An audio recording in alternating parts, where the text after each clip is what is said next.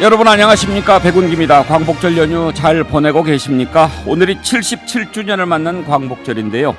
오늘 아침에 나오면서 보니까 집에 태극기를 단 가정들이 거의 안 보이더군요. 아무래도 나라가 어렵고 또 물난리에 마음이 편치 않기도 하고 또 언젠가부터 태극기가 특정 세력의 상징처럼 되면서 꺼리는 분위기도 있긴 합니다만 태극기 다는 것 다시 운동이라도 해야 되지 않을까 그런 생각까지 들더군요. KBC 여의도 광역방송센터에서 보내드리는 백운기의 시사 1분지 잠시 후에 출발합니다. 네, 광복절 아침 함께할 네 분 패널 소개하겠습니다. 신성범 전 의원, 박원석 전 의원, 정진남 조선대 개공교수, 최수영 메시지 컨설턴트 나오셨습니다. 어서 오십시오. 안녕하세요. 네, 여러분과 함께 만들어가는 백운기의 시사 1분지 유튜브 실시간 댓글 그리고 샵 2315로 문자 메시지 보내주시면 소개를 해드리고 저희가 준비한 소정의 선물 보내드리겠습니다. 방송 전에 여러분께 오늘 특별히 감사 말씀드리겠습니다. 백운기의 시사 1번지 KBC 라디오와 함께 유튜브로도 방송을 하고 있는데요. 지난 금요일 방송할 때 구독주가 19,400명이었습니다. 그래서 다음 주에는 2만 명 넘을 수 있을 것 같습니다. 만약에 2만 명 넘게 되면 저희가 그날은 기념으로 5분 선정해서 선물 드리겠습니다. 그랬는데 이 주말에도 이렇게 구독자가 늘어나가지고 방송하기 전에 이미 어제 2만 명을 돌파했습니다. 오늘 아침에 보니까 21,400명 구독자가 됐는데요. 박수 한번 쳐주세요. 여러분께 진심으로 감사드립니다. 앞으로도 더 많이 알려주시고 또 함께해 주시기를 바랍니다. 2만 명 돌파한 기념으로 오늘 댓글 5분 선정해서 저희가 BHC 치킨 쿠폰 그리고 자연주의 화장품 글래무어 선크림 보내드릴 텐데요. 많은 글 보내주시기 바랍니다. 자, 먼저 오늘 8.15 경축사 내용부터 한번 살펴보려고 합니다. 윤석열 대통령이 오늘 과연 경축사에서 어떤 얘기를 할까 그동안 전망도 하고 또 얘기를 나눴는데 지난번에 최수영 메시지 컨설턴트께서 대통령 지지율 계속 떨어지고 뭔가 국면 전환을 위해서 필요한 것 2가지 얘기하시면서 대통령실을 포함한 인적 쇄신 그리고 광복절 경축사가 제2의 취임사가 돼야 한다 그런 말씀을 하셨거든요. 근데 오늘 아침에 윤석열 대통령 광복절 경축사를 보면서 제2의 취임사가 된 것 같습니까? 어떻습니까? 평가를 한번 해보시죠. 저 사실 솔직히 말씀드리면 정말 너무 평이해서 좀 놀랐습니다. 원래 대통령의 1년 메시지가 3.1절하고 8.15 두 번인데 뭐 8.15는 사실 예측대로 2가지는 들어가 있었습니다. 북한 비핵화 메시지하고 한일 관계를 좀 빠르게 회복하겠다. 그러니까 김대중 5분치 공동선언 계승해서 한일 관계를 회복하겠다. 이 2가지는 예측되었던 거고 아마 그 의미가 있는 것으로 보여지는데 나머지 국내 정치에 대한 언급은 전혀 언급이 없었고 오히려 국정 과제를 나열한 것처럼 느낌이 왔었어요. 그러니까 양극화 해소하겠다든가 과학기술 혁신하겠다든가 그다음에 지금 이제 우리가 물난리 겪고 있는 지금 수에 대해서 또 언급한 건 뭐 당연하신 거지만 그 이외에 사실은 눈에 띄는 게 별로 없습니다. 그래서 저는 이게 그러니까 인수위 시절에 쌓았던 그 구축했던 그런 과학기술이라든가 양극화해서 이런 것들을 굳이 언급하신 거는 뭐 거기에 대해서 나름 더 한번 강조하겠다는 의미는 있었을 것으로 보이지나 너무 좀 평이했고 또 더군다나 지금 약간 윤석열 지금 대통령의 지지율 하락에 따른 위기 국면에 따른 돌파 혹은 변곡점 이런 측면에서 기대했던 좀 8.15 경축사는 너무 다르고 너무 조금 좀 아쉬움이 있는 것 같고 그래서 그렇다면 이제 이걸 토대로 지금 이틀 후에 100일 기자회견을 하실 텐데 그렇다면 여기서 진일보에서 나아가서 보여줄 수 있는 게 또 뭐가 있을지 사실 조금 좀 의아스럽네요. 기자회견이 있으니까 국내 정치 부분은 뺐다 이렇게 볼 수도 있습니다만 제2의 취임사 이런 얘기를 하셨잖아요. 그런데 오늘 보면은 앞부분에 역시 지난번 취임사처럼 세계 시민 얘기가 또 많이 들어갔습니다. 자유와 인권에 대한 위협에 함께 대응하고 세계 시민의 자유와 평화 그리고 번영을 이뤄내는 것이 시대적 사명이다. 보편적 가치에 기반해서 세계 시민의 자유를 지키고 확대하는 것으로 계승되고 발전돼야 한다. 제2의 취임사 아니고 취임사 2 같아요. 글쎄요. 그러니까 세계 시민을 강조하시고 보편적 인류 가치를 강조하셨는데 아니 그게 철학일 수는 있죠. 그런데 지금 그거를 정말 취임 사이에서 또 한 번 그냥 강조하시고 이렇게 나열형으로 말씀하신 게 과연 이렇게 포괄적인 언급을 하신 게 과연 지금 이 위기 돌파에 대한 강력한 신호와 국민에 대한 메시지가 될 건지 이게 제가 조금 아쉽다는 생각이 드는 겁니다. 박원석 의원 경축사 쭉 보셨죠? 네. 어떻습니까? 뭐 지금 이제 앞서 우리 최수영 컨설턴트 말씀을 해주셨지만 새로운 내용이 없고요. 그리고 이렇다 할 알맹이가 없습니다. 보통 취임 1주년 되는 8.15 경축사, 그러니까 취임 첫 해 8.15 경축사에서는 이제 남북 관계, 한일 관계에 대한 어떤 큰 구상이나 제안 이런 것들을 담는데, 근데 여기도 물론 담겨는 있습니다. 뭐 김대중 오부치 선언을 계승해서 한일 관계를 개선하겠다. 그리고 북한에 대해서 어쨌든 비핵화를 전제로 한 담대한 계획을 제안을 했는데 너무 구체성이 떨어져요. 그리고 과거에 했던 얘기의 반복이고, 특히 이제 북한에 대한 제안은 이건 이제 상대가 있는 게임이고 또 상대가 그냥 보통 상대가 아니란 말이죠. 그래서 실제 북을 대화의 장으로 이끌어낼 수 있는 제안이 돼야 되는데, 이게 과연 이명박 정부 시절에 얘기했던 비핵 개방 3천 그조차도 매우 거친 형태의 비핵 개방 3천 구상과 뭐가 다르냐라는 의문이 안 들 수 없고요. 그러니까 북한에 대해서 경제적 당근책만 제시하는 걸로는 어쨌든 북을 대화의 장으로 내지는 핵과 관련된 어떤 진지한 접근으로 끌어낼 수 없다는 거는 과거의 경험에서 이미 확인된 바인데 그걸 고스란히 담았어요.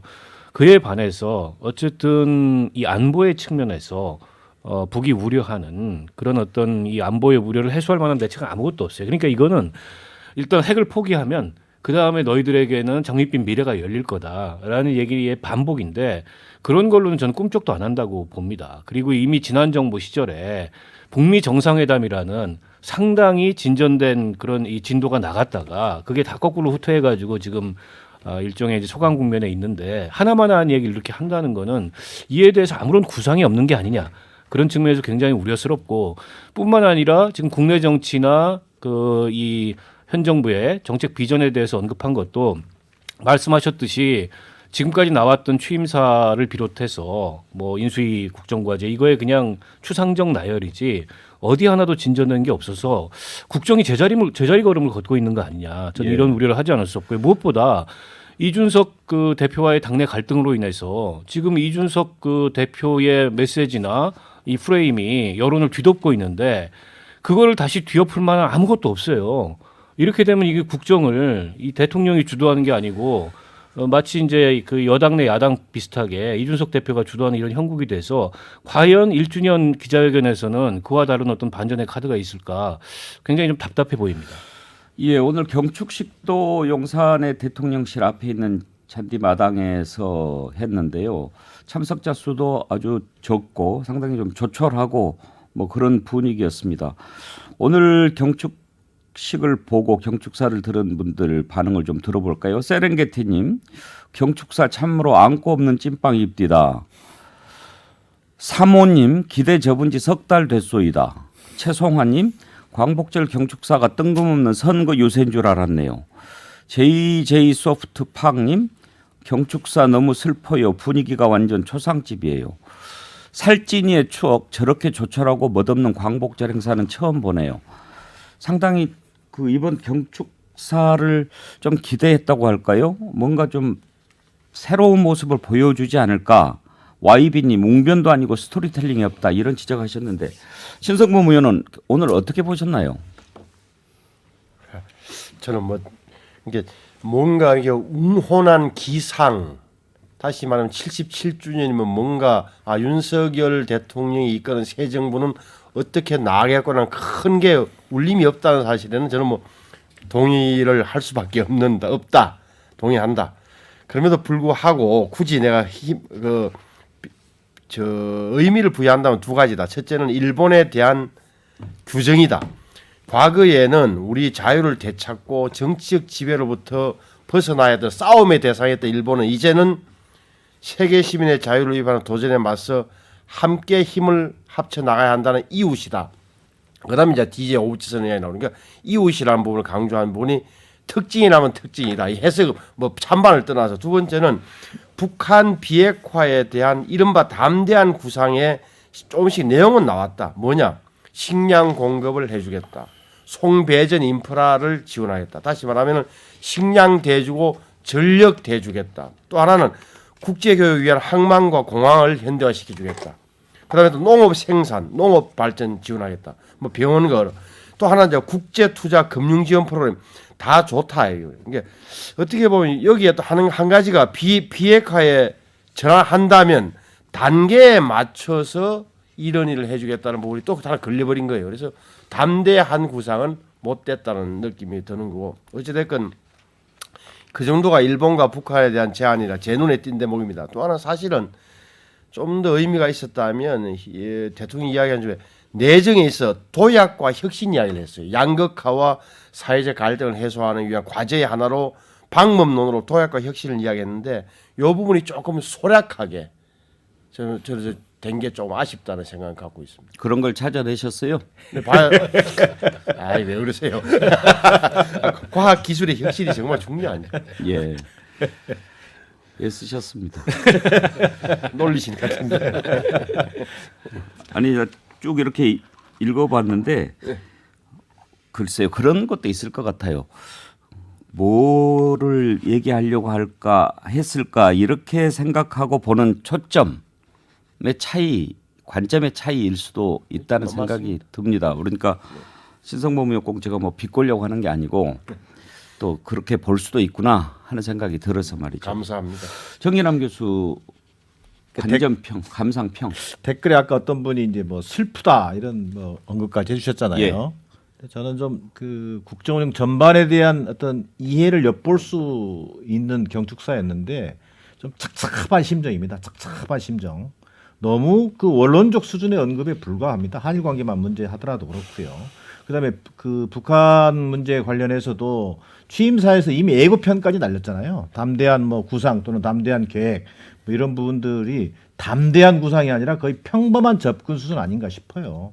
최소한 남북 문제에 있어서의 어떤 신뢰관계 회복을 위한 최소한의 어떤 그 입장도 사실은 갖고 있지 못한 것 아닌가. 이런 구상이라면 사실은 공연불에 불과할 수밖에 없죠. 뭐 그런 면에서 오히려 저는 뭐 독립운동에 대한 어떤 그 의미 규정이랄까, 뭐 이를테면 그 독립운동을 자유 확대의 과정으로 본다든지 이런 좀 본인의 어떤 그 놓치고 싶지 않은 뭐는 있는 것 같아요. 뭐 세계 시민의 어떤 자유 확대로 개성되어야 한다. 근데 이게 얼마나 우리 국민들에게 공감대를 좀 불러일으킬 수 있을지 이런 부분에서는 대단히 좀 그 착잡한 수준의 경축사라고밖에는 평가할 수 없다. 역대 정부에서 그 우리 8.15 경축사 우리 키워드로 보면요. 이제 과거 노태우 정권 때는 남북 최고 책임자 회담 제안입니다. 뭐 이를테면 YS 때 신한국 추진 성과를 평가합니다. DJ 때 제2의 건국운동 제안합니다. MB 때 저탄소 녹색 성장의 비전을 제시합니다. 박근혜 때 비정상의 정상화로 기본이 선 나라를 만들겠다. 뭐 이런 얘기합니다. 문재인 정부 때 한반도 전쟁 반대 평화 정착 선언 이런 걸 했잖아요. 그런 거에 비하면 너무 평이하고 원론적 수준의 언급에 그친 측면에 있어서 국민적 감동까지 불어내기에는 대단히 미흡해 보이고 어떤 국정 운영에 지금 뭐 지지율 25%뭐 이런 그 수준이 나오고 있는데 위기감, 긴장감 이런 것들이 전혀 반영되어 있지 않다는 측면에서 대단히 뭐 실망스럽습니다. 예, 역대 대통령의 광복절 경축사 사례까지 이렇게 들면서 평가를 하시니까 이번 경축사가 좀 더 밋밋하다 하는 그런 생각은 듭니다. 자, 이렇게 광복절 경축사 특별하게 정치적인 부분이 빠진 것은 어떻게 보면 이제 17일 기자회견이 있으니까 그때 할 부분들로 남겨놨다 이렇게 볼 수도 있을 것 같은데 아무튼 이제 최수영 컨설턴트 윤석열 대통령 지지율이 지난주에 보니까 1%포인트 정도 올랐고 오늘 리얼미터 조사를 봐도 이제 바닥을 좀 친 게 아닌가 하는 생각이 들 정도로 뭐 반등이라고까지는 할 수 없지만 다시 좀 회복하는 그런 기미가 보입니다. 그래서 얘기하셨던 것처럼 광복절 경축사에 한번 기대를 걸어봤고 또 하나는 이제 대통령실과 내각의 어떤 인적 쇄신 네. 이런 부분이 필요하다라고 지적했지 않습니까? 네.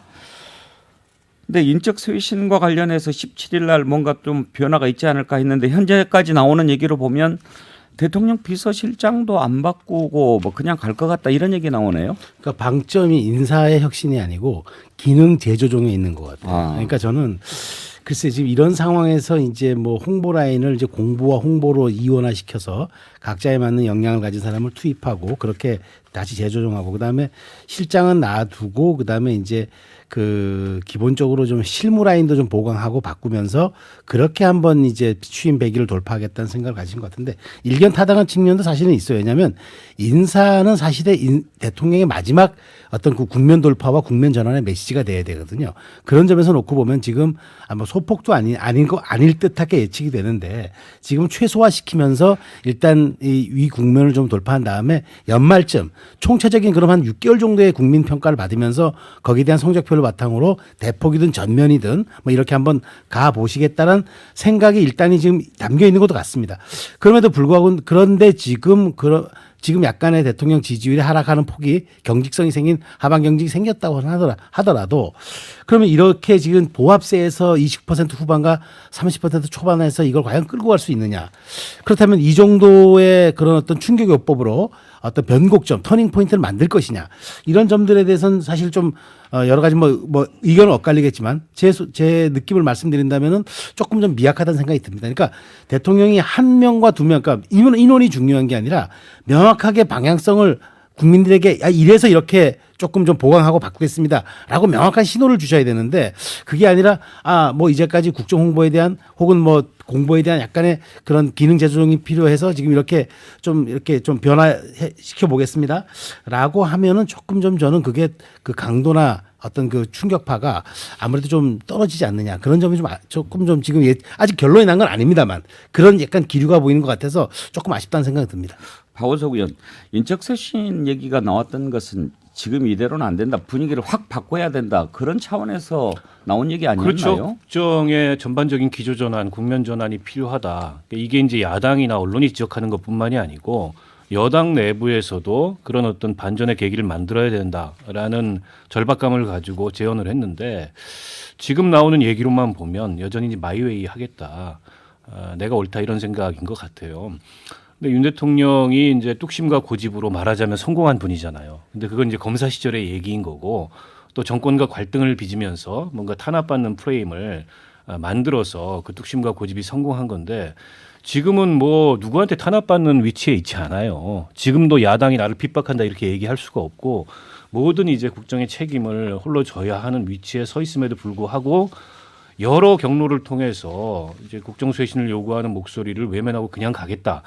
저는 이렇게 되면 글쎄요 뭐 지지율 1%는 만회할지 모르겠지만 국정 동력을 찾기는 굉장히 어려워 보이고 아니 지금 대통령을 바꿀 수 없으면 참모라도 바꿔서 뭔가 변화하겠다는 의지를 보이고 시그널을 줘야 되는데 국민들 입장에서 보기에는 이건 뭐 그냥 이 마이동풍이구나 아무리 떠들어도 소용이 없구나 이런 느낌을 오히려 받을 것 같아요. 일부 기능 조정을 한다지만 그래봐야 또 다른 윤핵관 뭐 한두 명이 들어가는 거일 텐데 그게 어떻게 보면 국정의 전면적인 변화나 쇄신이라고 전혀 느끼지 않을 거고 제가 거듭 말씀드리지만 그러면 계속 그 이준석이 이 상황을 뒤덮는 거예요. 지금 당장 야당은 둘째치고 그 여론은 둘째치고 이준석과의 싸움에서 이렇게 밀리고 있는데 무슨 뭐 국정 동력을 되찾을 수 있겠습니까? 신성범 의원은 어떻게 전망하십니까? 흔히들 그 군대 용어로 병법에서 가장 핫책이 병력의 축차 투입이라고 이야기합니다. 그러니까 축차 투입. 조금씩 잘라서 이 사람 되면 갖다 대면은 또 나가면 또 그러다 보면 다 망한다는 이런 건데 핫책이라고 그러는데 느낌이 그런 느낌이 들어요. 그러니까 흔히 하는 말로 문제가 생기면 가장 비판하기 좋은 지점이 언론이에요. 언론 대응 잘못했다. 우리의 진위가 잘못됐다. 그래서 언론하고 홍보 라인을 굉장히 공격하기가 쉬워요. 저는 대통령이나 대통령실에서도 똑같은 패턴으로 가는 게 아닌가. 홍보를 강화하자. 그럼 누구냐? 사람 데려오자. 뭐 이런 식인데 말씀을 잘해 주셨는데 결국은 대통령이 어떤 방향을 잡느냐가 중요한 거예요. 그래서 저는 그런 의미에서 100일 기자회견 때 그때 말씀드리지만 지금까지 왜 이렇게 왔는지 내 생각하고 뭐가 틀렸는지 국민들이 왜 외면했는지에 대한 나의 판단, 대통령으로서 나의 판단을 정말 과감 없이 이야기를 해줘요. 솔직하게, 진솔하게. 그다음에 사과하고 반성한다 하고 앞으로 가고 내 어떻게 하겠다까지 쭉 나와야 일련의 흐름으로서 좀 밀어줘야 되는데 사람 몇 명, 한두 명 보강한다고 될 문제가 아니다. 대통령의 상황인식이 정확하게 국민들한테 전달되고 그 진정성을 인정받을 때 그나마 반전의 계기가 생길 수 있는 거예요. 비서실장을 유임시킨다고 한다면 어떤 판단일 것 같습니까? 이게 첫째, 대안을 찾기 힘들다. 너무 짧은 시간이라서 김대기 실장이 갖고 있는 내가 아는 김대기 실장의 포텐셜, 잠재 능력을 발휘할 시간적 여유가 없었다. 이렇게 보겠죠. 하지만 김영삼 대통령 때는 이게 놀라운 사실은 국민이 하나를 요구할 때 적어도 대통령은 1.5 내지 2를 던져야 넘어가는 거예요. 사실은 놀랐지 않은 그런 대목이 있었단 말이에요. 그러니까 정치적 상상력, 국민의 정치적 상상력을 좀 넘어서야 이게 되는 건데 지금 대통령께서는 오히려 상황인식이 좀 아직은 아니하다는 예. 느낌을 국민에 줄 수 있는 거예요. 저는 이게 안타까워요. 정기랑 교수 지금 나오는 얘기로 보면 아마 그렇게 갈 것 같아요. 뭐 그래 보입니다. 저는 뭐 일부 언론의 또 전망이기도 하고 아직 17일 뭐 회 기자회견을 앞두고 있기 때문에 좀 조심스럽긴 합니다만 지금 여러분께서 얘기하셨습니다만 인적 쇄신을 결국 안 하겠다는 얘기예요. 뭐 어렵게 얘기할 것도 아니고 인적 쇄신 안 하고 일부 뭐 기능 정도를 보강하는 뭐 이런 언론식 용어로는 핀셋 교체하겠다는 건데 그리고 뭐 느닷없이 정책 혼선을 탓하면서 정책실을 뭐 다시 설치하는 문제까지 검토하는 것 같아요. 궁극적으로 저는 인적 쇄신을 안 하겠다는 얘기는 근본적인 반성을 안 하고 있다는 얘기예요. 자기 기준 방식대로 가겠다는 것이고 아니한 상황 인식을 하고 있는 겁니다. 자 그러면 국정 운영에 대한 국민적 기대감은 전혀 뭐 이 감흥이 있을 수가 없는 것이고요.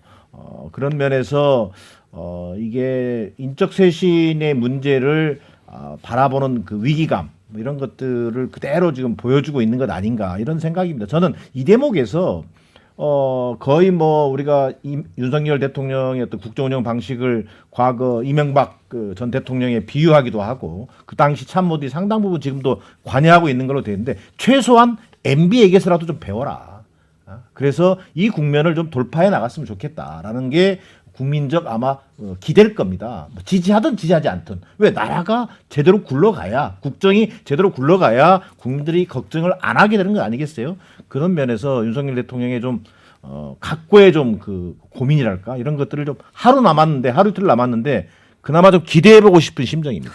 이런 상황에서 오늘 나온 리얼미터 여론조사가 좀 관심을 끕니다. 지금 윤석열 대통령 국정수행 지지도가 소폭 상승했습니다. 30.4%로 8주 만에 하락세를 멈추고 30%를 회복했는데요. 리얼미터가 지난 8일부터 12일까지 전국 성인 2,515명을 상대로 조사한 내용입니다. 자세한 내용은 리얼미터 홈페이지 그리고 중앙선거 여론조사 심의위원회 홈페이지를 참고하시면 되는데 이 조사가 눈에 띄는 게 지난주보다 1.1%포인트 오른 30.4%입니다. 잘못하고 있다는 평가는 0.6%포인트 낮아진 67.2%인데 윤 대통령 국정수행 지지도가 일단 하락세를 멈추고 소폭 상승한 것은 8주 만이라고 합니다.